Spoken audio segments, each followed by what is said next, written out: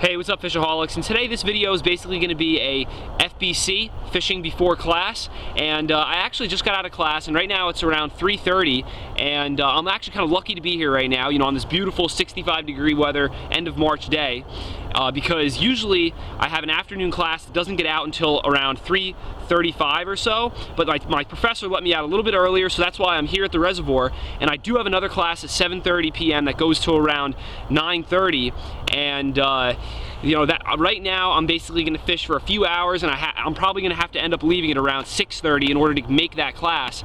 And one of the bad things about this professor is that if you're not in the door when the clock strikes 7:30 p.m., he locks the door and you're not allowed to go to class. So I don't want to miss class, but I still want to catch some fish. So I'm going to give it a few solid hours at, you know, one of my favorite reservoirs here up in New England. And right now I'm actually in chest waders because this reservoir that I'm going to be fishing is like 5 to 8 feet above its full level, or the level that it was back in, you know, the winter time when I was fishing here.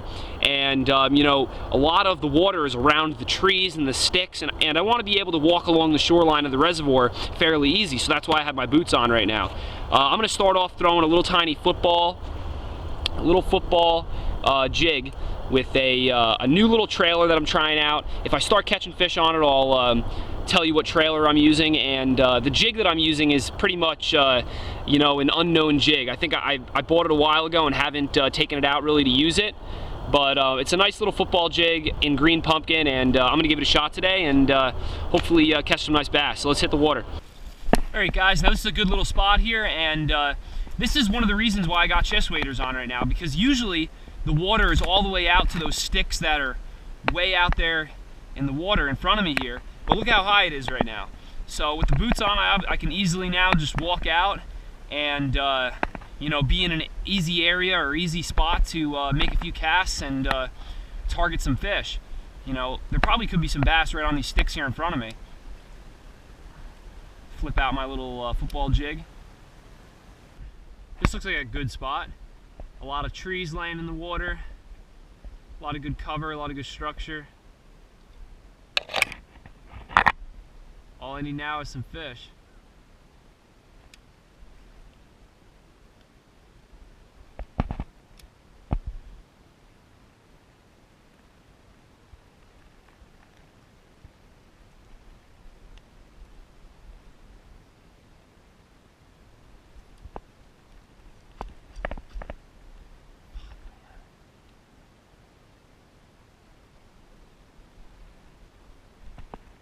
Got it stuck in the bottom. This is a football jig. It's not supposed to get stuck in the bottom.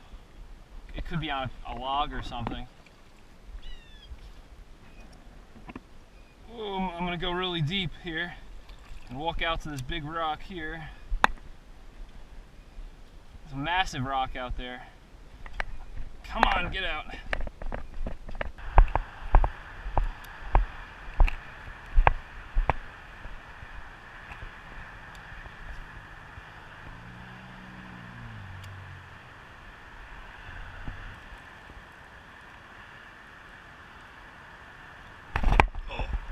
Fish on. There we go.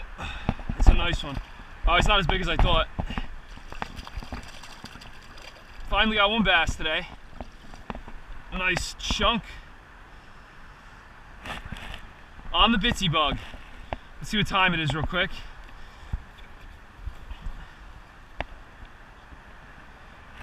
It's 5:45. I got like 45 minutes left to fish.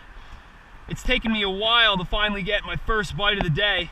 I'm so surprised this bass was in this water here. It's in the shade, you know, but I guess the water is up into that, you know, low 50 range that they don't care. They're gonna kind of hide out in the shade looking for something to eat. All right, let's get this little guy back in the water. Nice chunky little bass. Oh, there he goes. All right, so I got one on the board so far for the day. I got about 45 minutes left to fish, like I said. I'm gonna fish the rest of this corner here, where I just took my first cast, and hopefully I can connect with some more bass before I gotta go. Let's do it.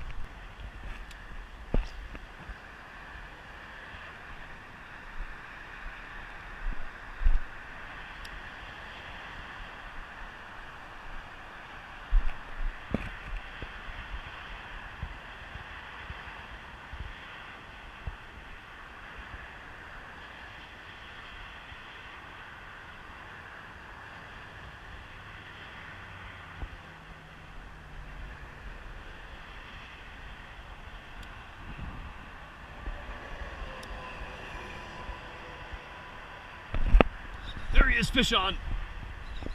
Oh, yeah. They're right on the drop off of this rock wall here. There we go. That's a chunk right there. That's a chunk. Oh, that's a chunk. Look how fat this one is. It'll stay on there, baby. Oh, yeah, look at the belly on that fish. Right at the roof of the mouth there, this little Bitsy Bug. She was hooked pretty good. What a fat chunk. That is obviously a pre-spawn female right there. Just get a quick weight on this chunky female. A little over 2 pounds. 2 pounds, 1 ounce. I don't know if you guys can see that.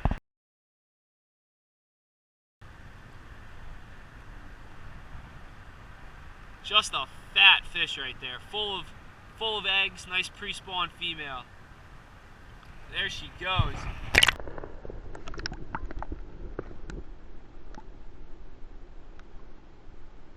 All right, guys. It's a little after 6 p.m. right now, so I've got about 27 minutes left to fish, then I got to start heading back to my car. I have a feeling why these fish are here is because right now the sun is about to set. You know, I've got about maybe around 20-25 minutes left of daylight, and the sun right now is perfectly shining along this bank with all these big boulders here, and I guarantee you there's probably little crayfish that when this water gets heated up, they probably come out of their little holes or the little crevices in the boulders, and then the bass swim along this bank here looking to eat crayfish. I hope you guys can hear me because the highway is like extremely loud right here next to me. But yeah, the bank that I'm fishing right now is pretty much like a steep dropping bank where it's only about 2-3 feet of water right along the shoreline here.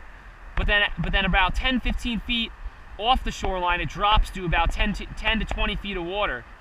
And what I'm doing is I'm just pulling that jig into that first drop off, and then I'm kind of just letting it hang there, and I'm kind of shimmying it along the bottom, making it look like this little jig is crawling, and that's what, you know, is going to trigger a bass to come along and eat it.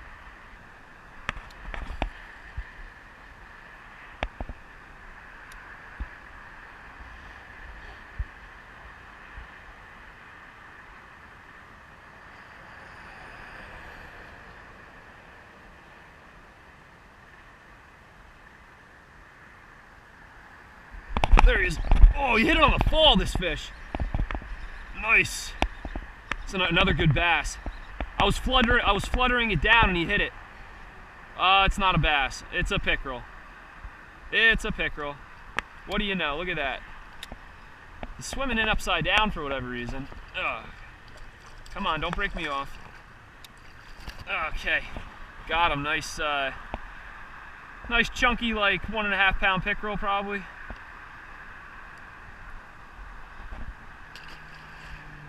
Alright guys, I'm going to take one last cast. It's 6:45 right about now, and you know, it's going to take me about 15 minutes to walk back to my car. I'm probably going to have to run back to my car so I can make that 10 minutes, and then I got about a 10-minute walk to class. I got about a 10-minute drive back to Providence. It's going to be a close call, but hopefully I can get a bite on this last cast right here.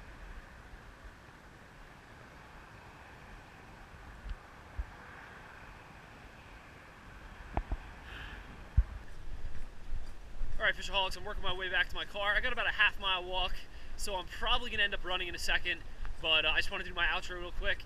And anyways, today was a pretty decent day. I hope you guys enjoyed this little fishing between class video. You know, I got in 3 solid hours of fishing.